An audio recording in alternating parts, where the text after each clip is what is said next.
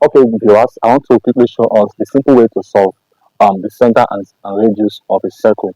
The whole called general equation of a circle, right? The expression is actually given as s squared plus y squared plus 2gs plus 2fy plus c equals to 0.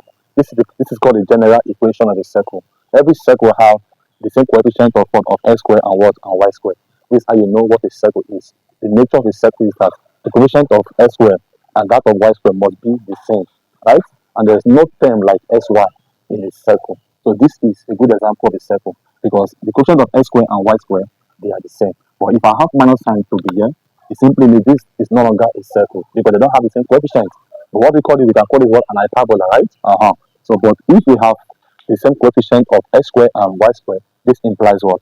A circle. Okay, but this is not the board of contention. What we are faced with is actually this question on the board. We are given that x squared plus y squared plus 4x plus 6y plus 4 equals to 0. And we have to determine the center and the radius. This is very simple. Solution to this is that we want to recall the general form I gave us, which is what?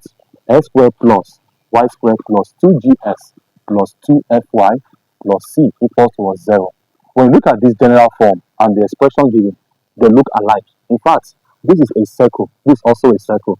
The general form is this. Then this is the equation that was given to us. Now, since these two expressions are alike, I'm going to compare. I will compare both. Both what? Both equation. I'll compare both equation. Okay. If we are assuming this as equation 1, then this as equation what? As equation 2, right? Now let's compare. By the time we compare this, it means that our 4x is equals to what? 2gx, right? So s can cancel s. That implies that our g is 4 over 2, which is equals to 2. I also compare 6y with 2fy. 6y is equals to what? 2fy. That implies that the value of y can cancel y, right? It means our f equals to what? 6 over what? 2 equals to 3. Wow. Now, the equation says find the center. The center of this circle is simply h comma k, right? But it's also equals to minus g comma what? Minus g comma minus what? F. Please take note. Every center of the circle is given as what? Negative g comma negative f. So for this expression, our g is what? Is 2. Here becomes minus 2 comma. Our f is what? 3. Here becomes minus 3. Therefore, your h comma k, which is our center, right, is equals to what? Minus 2 comma what? Minus 3.